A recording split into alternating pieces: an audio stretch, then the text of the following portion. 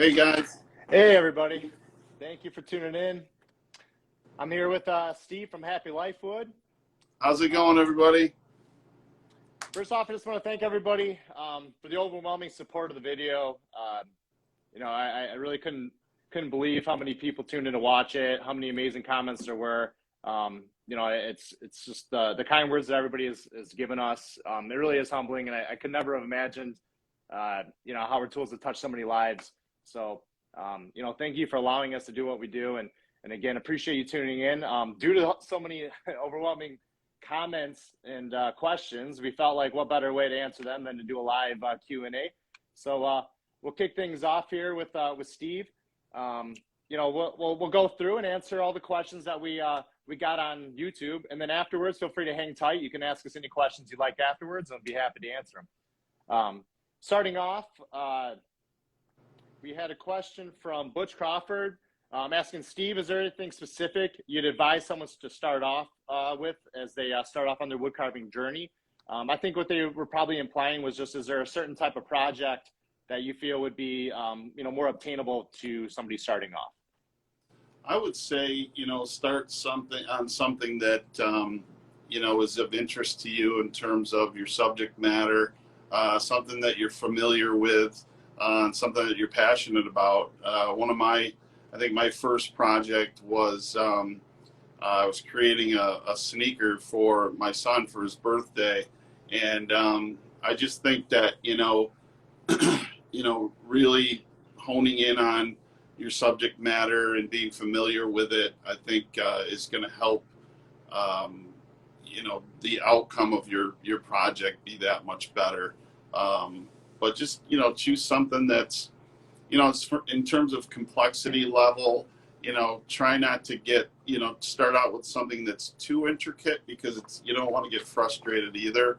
When I started out, I literally didn't even know what tools to use. I was sanding with sandpaper, and then I stumbled upon, I didn't even know what a Dremel tool was. I mean, this is 2 years ago.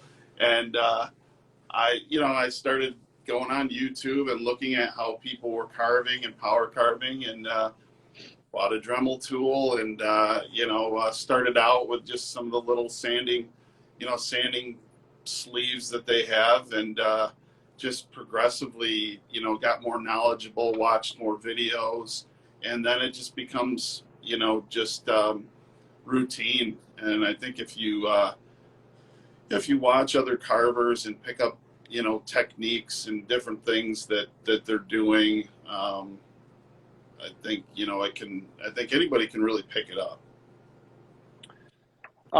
Barry Smith asked, do you have a favorite wood that you just can't get enough of? Yeah, I tend to use, my favorite wood is probably Padauk, the red, the real red wood, just because it's phenomenal to me that there's a wood that's, that color. Purple heart, of course, you got your yellow heart. I use a lot of Wangay, however you pronounce it, I really don't know. But you know what? Lately, the easiest wood to work with in terms of carving has been mahogany. It's a very, the burrs just cut through nice and smooth. And so I've been using a lot of that. It's not, it's not a real expensive wood. And there's some, different variations in the color of it. So yeah, probably lately I really like working with mahogany. Okay. And that same person asked too, what is your favorite burr, the one that you seem to use most often? That's a tough question. I saw that one, and you know what? I use them all. There's just so many different applications. It's a good answer. Really, there's so many different areas that require those different shapes. Sure. The ball, I think is one that I use a lot. But I also use the cone, to get into, edges and and do flat sections on on a vertical or but yeah, I use them all probably equally. Yeah, and this current project specifically used what we call a dovetail. That seemed Yep. to be one of the more commonly used items. You really use it on the edge, and then it has that slight taper on it as well. So Yeah. that was one. You did use a taper burr as well, and then like you said, the sphere, very small sphere. It's our quarter inch. Actually our eighth inch diameter sphere that you seem to use most often. Yeah. So yeah, Thanks those are for the three most prominent ones in the project. But like you said, you use a vast array of them depending on the project. thanks for clearing up the technical terms for them. Yeah, no, not a We called problem. the Yeah. ball, but yeah, I mean the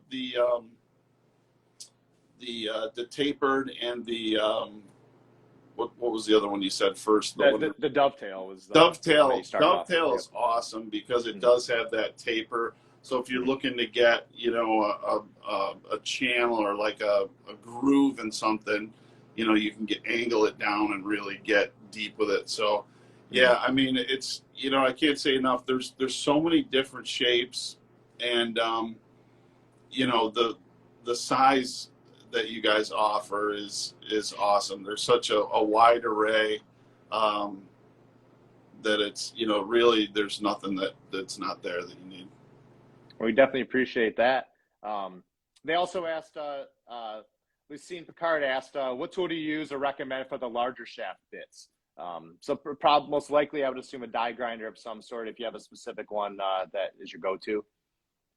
You know what? I don't use a die grinder. Okay. I only have a Fordham flex shaft, and I also have that takes with a handpiece that takes 1/4 inch burrs, and then I have a micrometer tool, Fordham tool that takes 1/8 inch. So I use the 1/4 inch burrs. They're big. I mean, there's some that are for what I'm doing, those are plenty big enough to remove material at a high rate in large areas for the size that I work on. And right now, I was just telling Mike that I'm working on a piece that's approximately 26 by like 38 or something like that. And in the beginning, I had to remove a lot of material. So I used all of the 1/4 inch burrs, and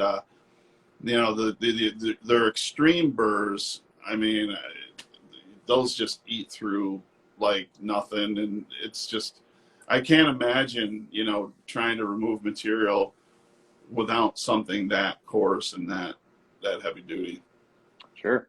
Yeah, you definitely, with the flex shaft, it's important because you're doing a lot of carving. So, I mean, you don't really want to have that bulky, heavy motor in your hand that you would have if you're using a die grinder. So it's important to get that out of your hands and free up, free up that weight and to be able to carve a lot longer and take less stress off your body. Yeah, I need to have the handpiece almost like it's a pen or a pencil, right, or a paintbrush or whatever. I can't be, having something that I'm holding, so it's like an extension of my hand. So, yep, no, absolutely. People are also asking, Tom DeLuan had asked, since no stains are used, how do you protect the wood after you're finished? That's actually a good question, and it's funny.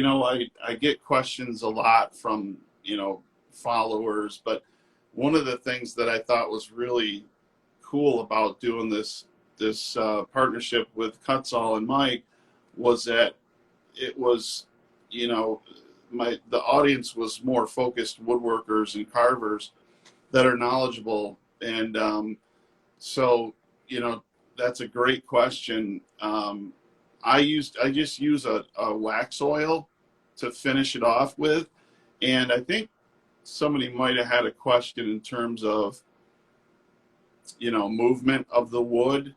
Yeah, they'd asked it if in regards to does the wood expand at different rates, specifically say in the summer months? It's funny because I don't know, I've been doing this for 2 years now, and I've probably done, I don't know, 15, 20 pieces, and I've never had a problem with that. It's something that sometimes concerns me, but so far I haven't had a problem. I mean, a lot of the pieces are so small, Yeah. and they're glued down and they're glued, to the edges. So I really haven't had a problem. Knock on wood. And they're probably quite dry to begin with once you Yeah, start. So yeah, all the wood I use is all kiln dried, and right. Yeah. Somebody had asked specifically, do you do animal portraits? I know a lot of what you've done has been, human life forms, or you with the sneakers as well. But I don't know if I've ever seen any animals yet. Yeah, no, I did. It was one of my first pieces. After I did the Kobe piece, I think my first piece was an American bulldog, and Okay. yeah, his name was Knox, and it was a really special one too because, my client, he contacted me, and this guy was just, I mean, that dog meant the world to him, and you could just hear it in his voice. Like, he's like, I have to have this done by you, and so it was a special one, and it came out really good. His name was Knox. If you look at my IG page, it's on there. But that was a fun one to do. It really was. That was a big one too. Yeah, I have to check that out for sure. Do you see yourself doing more in the future? I mean, I like doing them, and I like doing anything that, that's, portrait related, or, I mean, I obviously do the sneakers. I love doing sneakers. But yeah, I mean, I love challenges. So, it's whatever, I'm feeling at the time, I guess. And whatever means the most, to the person you're commissioning it for. Yeah, I mean, that's a big part of what I do is, one of the things that's the most special to me about what I do is building a bond with, my customers. I start off with a video consultation. We talk about the design. They send me pictures. I consult with them on how that is going to translate to wood, and if it's a good image to use. And then I mean, every single customer that I've had, I can honestly say is like a friend now. Because I communicate with them a lot, and the piece is, at the end, is so special to me, and I know it's special to them. So there's this bond and friendship that's created, and to me, to see the joy that brings to them, whether it's of a loved one, of a pet, of whatever, is, that's why I do it. Somebody had also asked, Steve Garrison actually had asked specifically in regards to the glue. Do you have a specific glue that you use, and describe that process a little bit? Yeah, I use a CA glue to edge glue everything, and I work in sections. I try to, because if you don't, it's so difficult to like keep the pieces together without moving.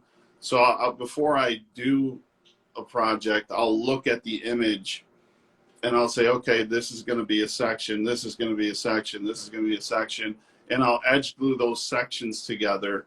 And then I'll kind of work with, could be 4 or 5, 6 different sections, just so it's easier to keep them together. And then it's also, what I also take into consideration when making those sections is depth.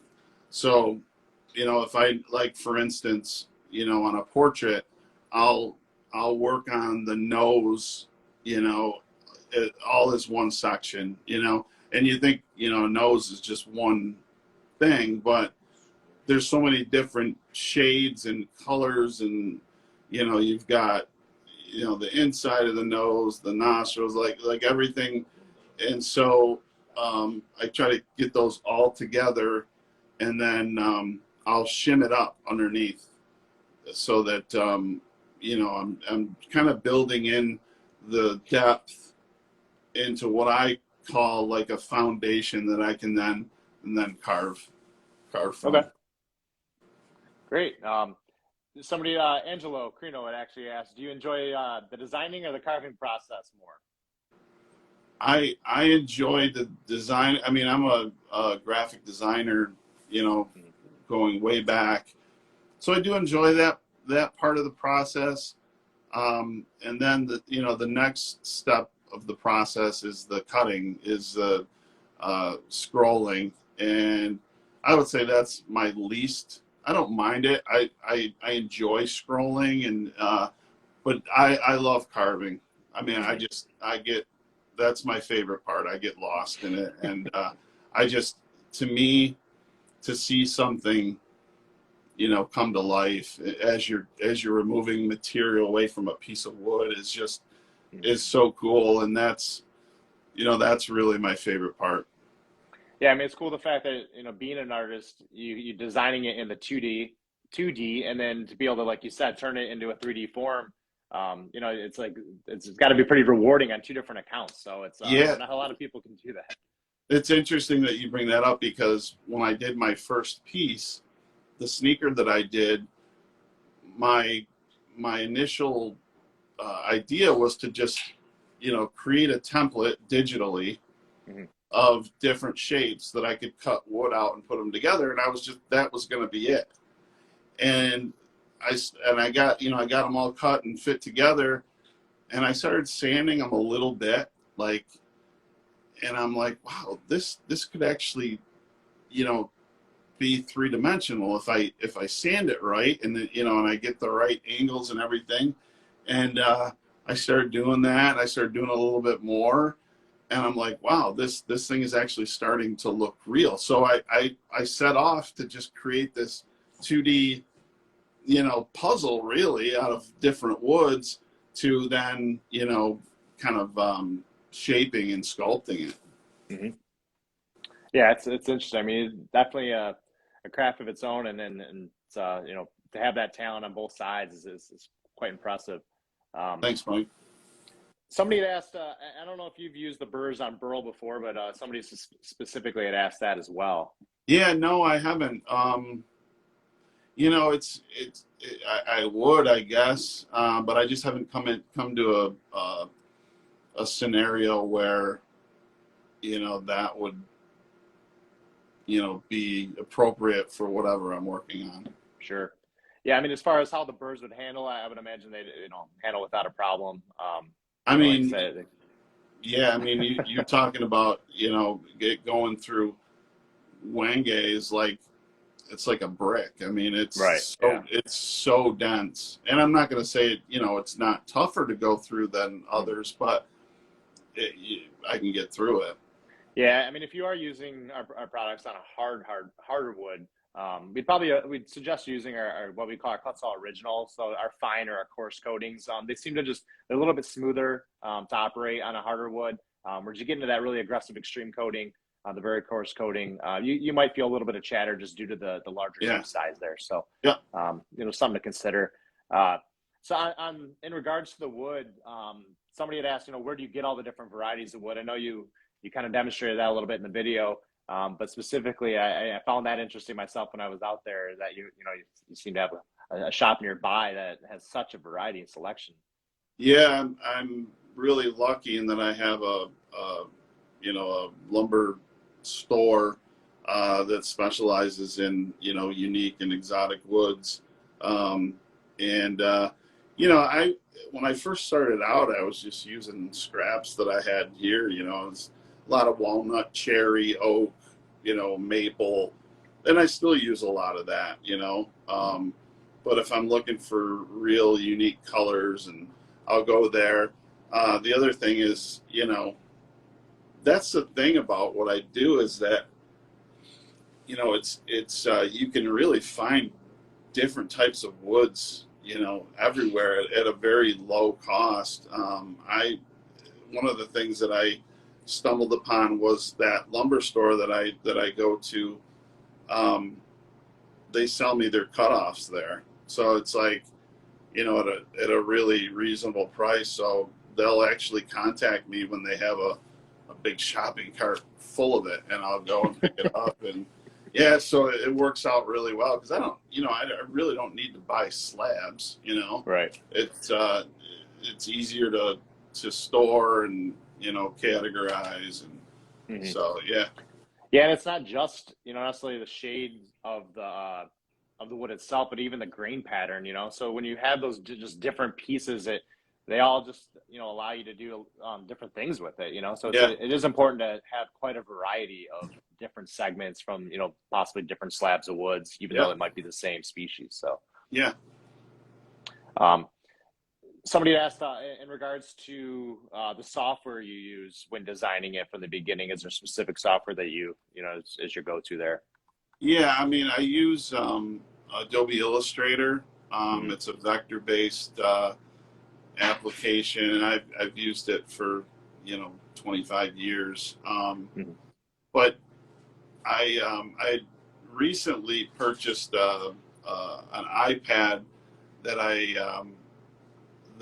found to use Procreate, which is an application that's really robust in drawing, and that works really well too. So I can take it into Illustrator and or even Photoshop and put it through a filter and get a pretty good representation into different shapes to make up the picture.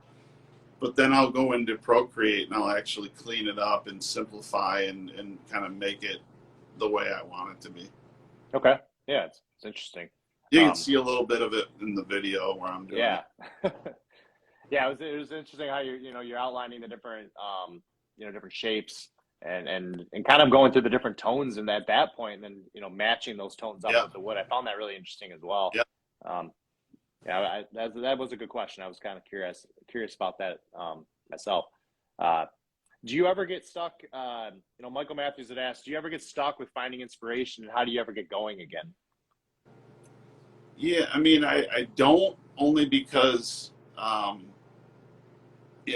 until now and a little bit out here in the future, I've just done commission pieces. So I get what comes to me, and I kind of like that too, because it's each piece is a different challenge and may not be something that I'm extremely familiar with, or is something that I would normally choose. So that's a challenge for me.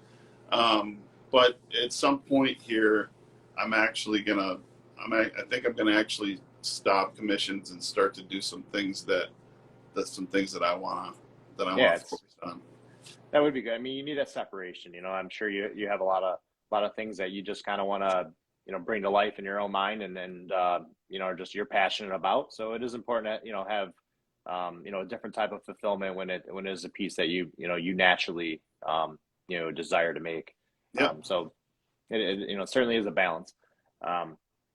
And on that front, a lot of people have asked, and you kind of touched on the video as well, but how did you get started? I mean, what made you draw into this type, specific wood carving, but specifically this type of craft, and especially where you were kind of coming from previously, and more, I guess, the office, setting, we'll call it.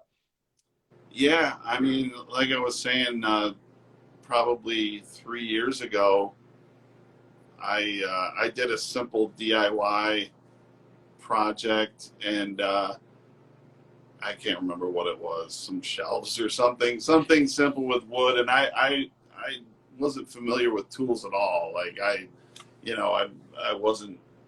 wouldn't have considered myself a real handy person, so like, and I did that simple project, and I fell in love with just the whole building something with my hands, and you know, that gratification of completing it, and you know, knowing that you created it, and it just provided a solidarity that I can't even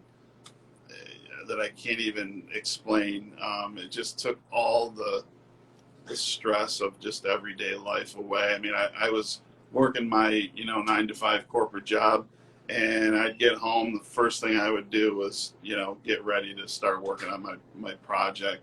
And, you know, I was purchasing tools as I would go, and just really fell in love with it. Started watching a ton of, you know, tutorials and YouTube videos. And it just took over.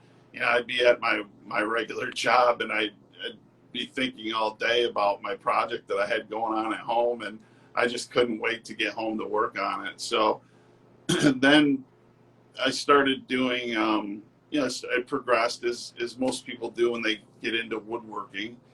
And that's, you know, I was doing some tables, and I built an armoire, and I messed around a little bit with river table, you know, using epoxy, and but there was something that was just like pulling at me, wanting to do something illustrative and creative, and that's when I did that first sneaker piece for my son. And you know, I just kind of stumbled upon the process as I went. And something that's interesting is when I did that and I finished it, and it came out really good, and I was happy with it, and I got a lot of good feedback from it. Just one day, for out of curiosity, I Googled, you know, wood art, and this style of wood art came up called intarsia, and I started going through like the process and stuff that they were saying that they do, and I'm like, I mean, basically to its root form, that's what I do. It's just crazy how I never knew anything about this process and this style of art, and here I just kind of stumbled upon it. And you know, mine is, like I say in the video, mine is different in that mine's more like relief carving once you put everything together, whereas most people that do intarsia, they don't well, some people do, but a lot of times they don't side glue things and then carve. They'll take each piece, and they'll kind of shape it a little bit, and they'll kind of like round the corners off and try and give it a little dimension, but there's not this like this realness that's worked into the piece in terms of every little curve and definition is formed. Sure, yeah, it's less about the just pure geometric shapes, but actually forming, you know, a larger piece out of those geometric Yeah. shapes that, you know, in a light form, in this case, Yeah. especially. Mm-hmm. One of our viewers, S. Thompson, had asked, you know, what has been the best moment for you in the Happy Life Wood journey so far?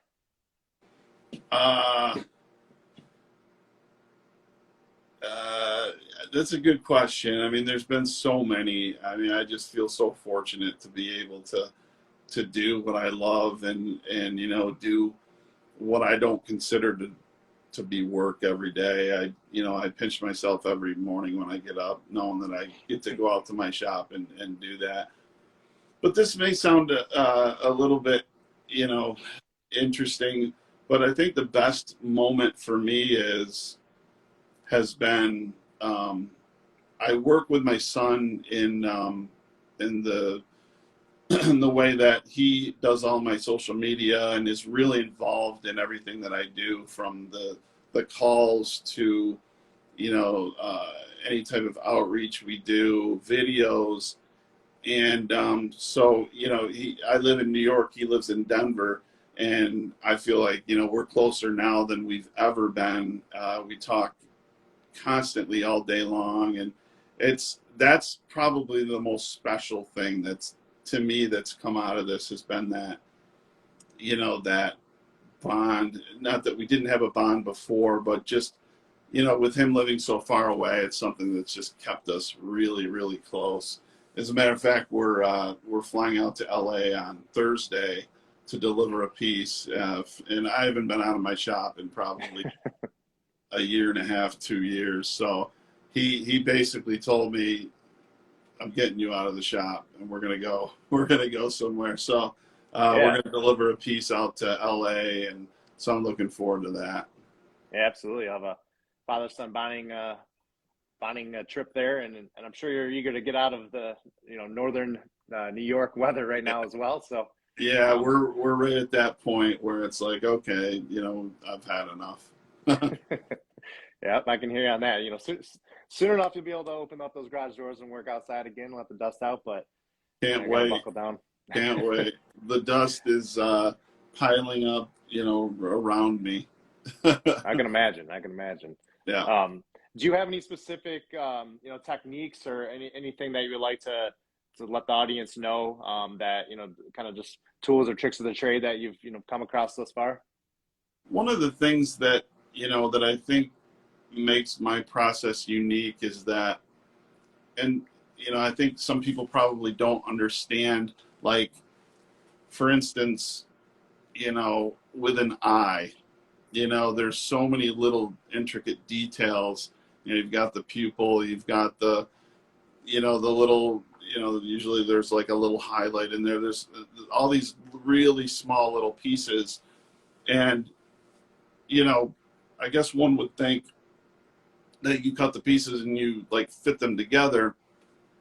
Whereas what I do is I'll take, like I was saying, I work in sections. Excuse me. I'll take that section and I'll figure out in that area what's the most prominent color. And I'll take a block of wood that will accommodate the whole section, and I'll trace my template with all those pieces in that section.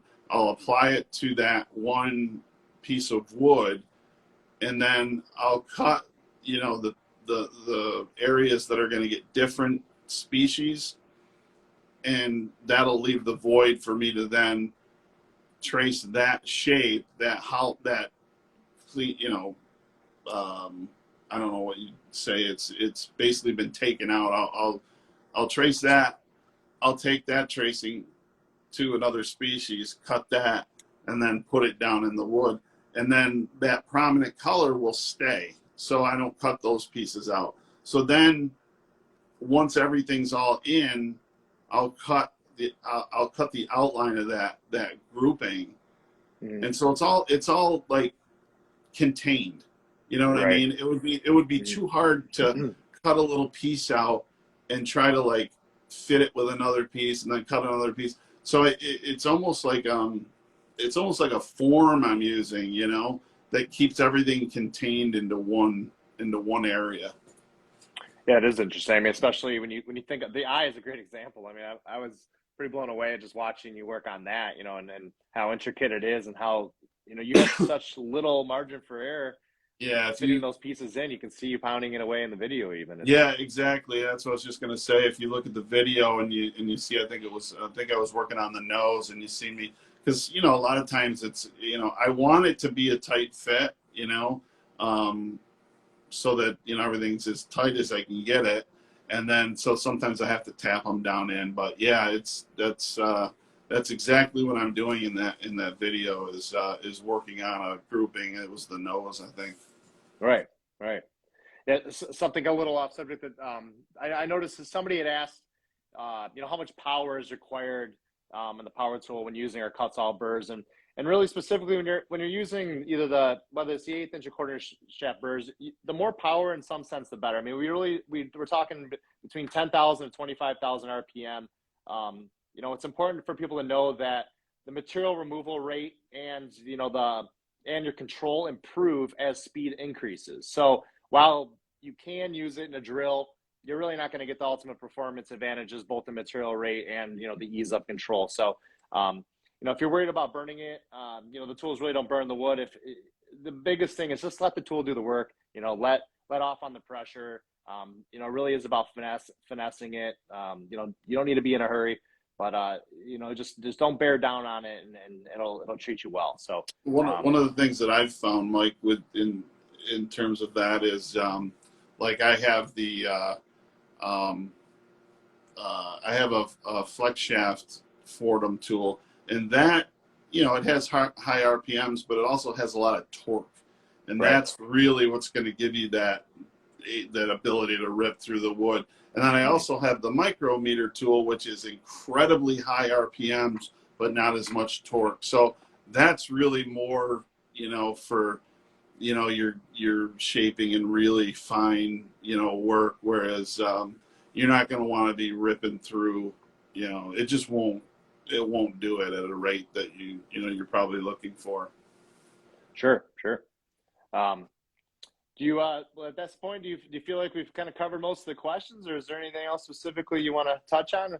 Yeah, We no, got I mean, I just want to echo your, you know, thoughts in the beginning and just saying, you know, thank you so much to everyone, you know, that supported it and that supported me. And, you know, it means the world to me. And like I said, you know, not only, you know, have I, you know, had, you know, made relationships with, you know, customers, but ultimately, you know, I have a lot of followers that have been just so genuine, and that just means the world to me. So thank you so much, everyone.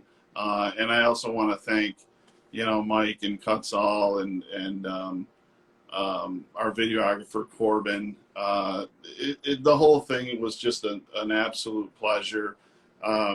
You know, the process of, you know, working with you guys and just getting to know you, and, you know, like I said, it was almost like it's almost like we were a family at the end. So I really just was. can't say enough for you guys and the whole thing. I'm just so grateful.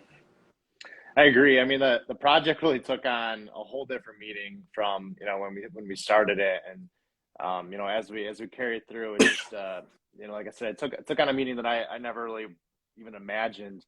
It kind of it gives you more new purpose. You know, when you think about the industry we're in, it's just you see how many lives it touches, and I would, you know, just say I could never have fathomed that. And I really appreciate all the support that everybody has given us, all the kind words. You know, you drive us to continue to want to, you know, keep doing these type of things. And it really has been amazing. I mean, like Steve had touched on too, it just, you know, the friendships that we've, you know, been able to build through this as well. And, you know, just, it's been kind of a learning experience along the way too. And we look forward to new projects and opportunities, as I'm sure we'll get into in the future. So, you know, I want to thank Steve as well. I mean, his generosity and donating the pieces, you know, is just huge, and something that's not to be taken lightly. So, you know, I want to thank him and his family for helping support this whole project as well. Yeah, and you know, again, thanks to Mike and Kutzall. I mean, really, since day one. I mean, since I did my Kobe piece that got, you know, a little bit of visibility, he's been a supporter since day one. So that, you know, that relationship is real special to me. And I just want to let everybody know too that, you know, I use these burrs. I'm not just, you know, plugging this stuff. I truly believe in this product, and it really, I wouldn't be able to do what I do without them. So I want to make Appreciate that clear. Thank you. Well, with that said, we do appreciate everybody tuning in. But before you go, we actually have time to announce all the giveaway winners. So again, thank you for the support. Thank you for your comments and questions. So without further ado, the 5 giveaway winners, starting with Jose Urbina, Starman Norm, Mark Hobson, Liz T, and Allison Green. We thank you so much. Really do appreciate the support once again. You know, we'll be sure to DM you after this, and we'll get those Burr bundles sent to you right away. For those of you that didn't win, we do have an announcement to make that Woodcraft Supply for the month of March is offering 20% off all of our shaping wheels and our hand rest. So if you're interested, or in something that you you've been kind of had your eye on for a little bit of time, now's a great opportunity to check it out. Again, the sale is running through the month of March at Woodcraft stores and woodcraft.com. So thanks again, everybody, for tuning in. Steve, it's been a pleasure. Look forward to speaking with you soon. Thank you, Mike. Thank you so everybody much. else. We'll talk to everybody else soon. Thank you once again. Thanks, guys. Bye-bye.